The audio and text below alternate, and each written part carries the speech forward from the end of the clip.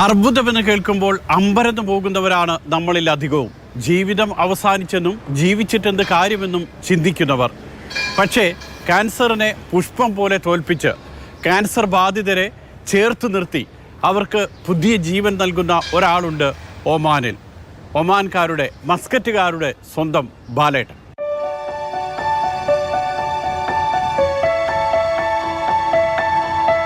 19 വർഷം മുൻപാണ് മലപ്പുറം വളാഞ്ചേരി സ്വദേശി ബാലകൃഷ്ണൻ ഒമാനിലെത്തുന്നത്. 2005 ജൂണിൽ നാട്ടിലെ സാമൂഹ്യ സേവനം മറുനാട്ടിലെത്തിയപ്പോഴും ബാലകൃഷ്ണൻ തുടർന്നു. വി ഹെൽപ്പ് എന്ന കൂട്ടായ്മയ്ക്ക് രൂപം നൽകി. പ്രവാസികൾക്ക് പരസ്പരം തണലേകാൻ ഒരു കൂട്ടായ്മ.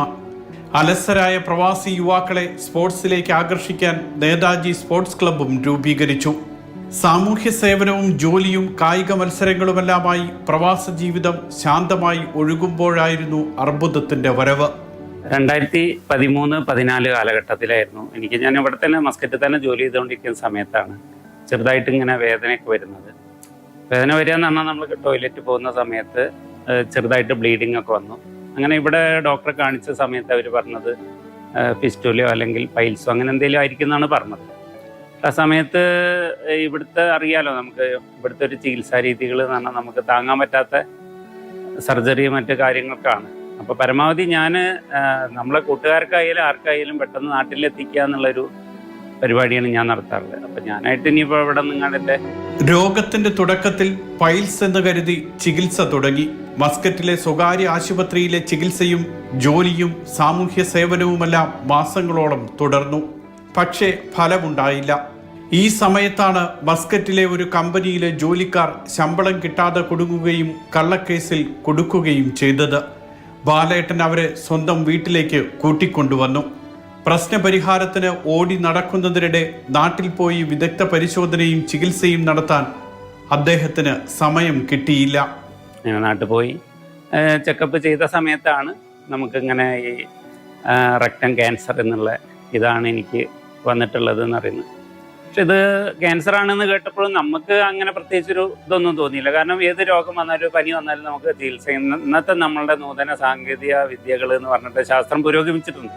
വേദനയ്ക്കുള്ള മരുന്ന് കഴിച്ചാണ് മസ്കറ്റിൽ തുടർന്നത്. തൊഴിലാളികളുടെ പ്രശ്നങ്ങളെല്ലാം പരിഹരിക്കപ്പെട്ടപ്പോഴാണ് നാട്ടിലേക്ക് പോയത്. ചികിത്സ വൈകിയതിനാൽ രോഗം 2ാം ഘട്ടത്തിലെത്തിയിരുന്നു. RCCയിൽ പോയി അവിടുത്തെ 30 റേഡിയേഷൻ കഴിഞ്ഞു. പിന്നെ സർജറിക്കുള്ള കാര്യങ്ങളായിരുന്നു. കാരണം ആദ്യം നമുക്ക് നമ്മുടെ ശരീരത്തിനകത്ത് 5 സെൻറ്റിമീറ്റർ ആയിരുന്നു ക്യാൻസറിൻ്റെ ഇതുണ്ടായിരുന്നു. അത് റേഡിയേഷൻ കഴിഞ്ഞ് 3ആയിട്ട് ചുരുങ്ങിയിരുന്നു.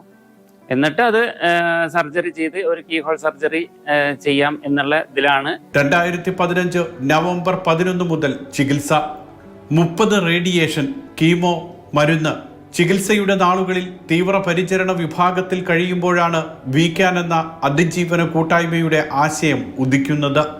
വി ഹെൽപ്പ് അശരണർക്ക് തണലേക്കാനായിരുന്നുവെങ്കിൽ വീക്കാൻ ക്യാൻസറിനെ അതിജീവിക്കാൻ കരുത്തു പകരുന്നതായിരുന്നു. ക്യാൻസർ ബാധിതരുടെ കൂട്ടായ്മ. നമ്മൾ മെന്റലി പവറായിരിക്കണം. നമ്മൾ തളർന്നു പോയാൽ നമ്മളെ കുടുംബങ്ങളും തളരും. അതുപോലെ അവർ തളർന്നാൽ നമ്മളും തളരും. അപ്പം അത് പാടില്ല എന്നുള്ള നിലയിലാണ് ശരിക്കും ആ ICUയിൽ കടന്നുകൊണ്ടാണ് ഞാൻ ഈ അതിജീവനം വീക്കാൻ എന്ന് പറഞ്ഞൊരു ക്യാൻസർ രോഗികൾ 2-3 ആൾക്കാരെ അപ്പക്ക് പരിചയം ഉണ്ടായിരുന്നുള്ളൂ. അവരും കൂടി ചേർത്ത് ഇങ്ങനെ ഞാനൊരു ഗ്രൂപ്പ് ഉണ്ടാക്കി. അങ്ങനെ ഇതിലോട്ട് ഒരുപാട് ആൾക്കാരെ ഞാൻ അങ്ങനെ കൊണ്ടുവരാൻ തുടങ്ങി. 2018 തൃശൂർ അയ്യന്തോളിൽ കൂട്ടായ്മയുടെ ആദ്യ ഒത്തുചേരൽ. ബാലേട്ടന്റെ ജീവിതാനുഭവം തന്നെ പലരും മാതൃകയാക്കി. അർബുദത്തെ അതിജീവിക്കാമെന്ന ആത്മവിശ്വാസം നൽകി. തിരുവനന്തപുരം മുതൽ കാസർഗോഡ് വരെയുള്ള ക്യാൻസർ പോരാളികളാണ് ഇന്ന് വീക്കാനിലെ അംഗങ്ങൾ. ഇതേ അവസ്ഥയിൽ ഒരേ തോണിയിലെ യാത്രക്കാർ തമ്മിൽ സംസാരിക്കുമ്പോൾ അതിന് സത്യം പറയുകയാണെന്ന് വെച്ചാൽ ഒരു മനോധൈര്യം ഉണ്ടാവും. മറ്റുള്ളത് എന്ന് പറഞ്ഞാൽ ഇതൊന്നും അറിയാത്ത ആൾക്കാർ നമുക്ക് എന്തെങ്കിലും പറഞ്ഞു തരുമ്പോൾ നമുക്ക് അത് അത്ര ഒരു ഇതില്ല. പക്ഷെ നമ്മളിത് അനുഭവിച്ച ആൾക്കാർ നമ്മൾ കാര്യങ്ങൾ ഇങ്ങനെയാണെന്ന് പറയുമ്പോൾ നമുക്ക് എന്താണ് തമ്മിലുള്ള ആ ഒരു ഇതെന്ന് നമുക്ക് ചിലപ്പോൾ ഞാൻ അനുഭവിക്കുന്നതിനെക്കാട്ടിലും ദുരിതവും മറ്റുള്ളവർ അനുഭവിക്കുന്നത്, അതിനേക്കാളും വേദനയോ അവരനുഭവിക്കുന്നത്. അപ്പം അത് നമുക്കെന്തായി തോന്നുന്നു, നമുക്കത് അപ്പോൾ എനിക്കിത്രയല്ലേ ഉള്ളൂ എന്നുള്ളൊരു തോന്നൽ നമുക്ക് വരും. അതൊക്കെയായിരുന്നു ഞാനിത് കൂടെ ഉദ്ദേശിച്ചത്. അത് ഒരുപാട് സക്സസ് ആയി. രോഗം പൂർണ്ണമായി മാറി പൂർണ്ണ ആരോഗ്യവാനായി ഒമാനിൽ തിരിച്ചെത്തിയതോടെ സാമൂഹ്യ സേവനം കൂടുതൽ ഊർജിതമാക്കി.